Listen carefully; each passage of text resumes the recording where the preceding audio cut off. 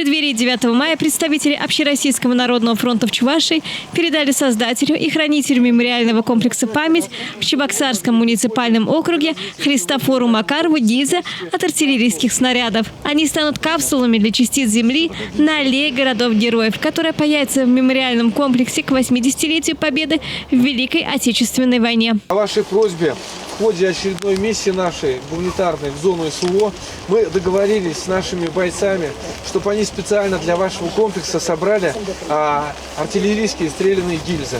Вот эти настоящие боевые, которые используются в борьбе с укронацистами.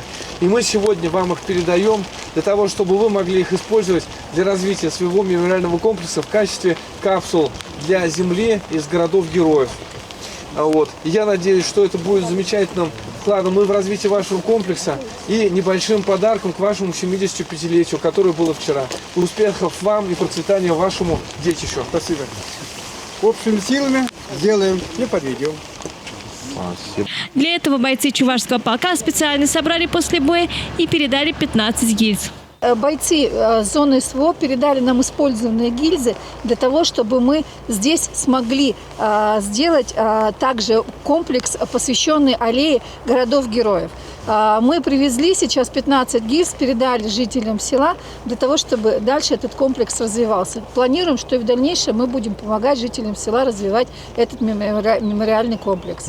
А на просьбу к руководству городов-героев о предоставлении частицы земли уже откликнулось Министерство обороны Беларуси и передало кисеты с землей из мемориального комплекса Минск, город-герой, а также крепость-герой Брест. Наверху будет отмечено на гранитных плитах город-герой такой-то. Здесь, я думаю, сделаем фрагменты ожесточенных боев тех мест. Представитель Народного фронта в Чувашии Христофор Макаров основал этот комплекс в 1968 году.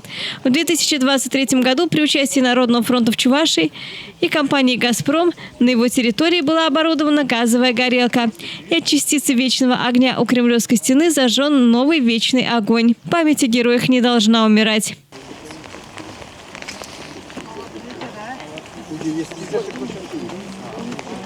Елена Яковлева, пресс-служба Общероссийского народного фронта в Чувашии. Жизнь столицы.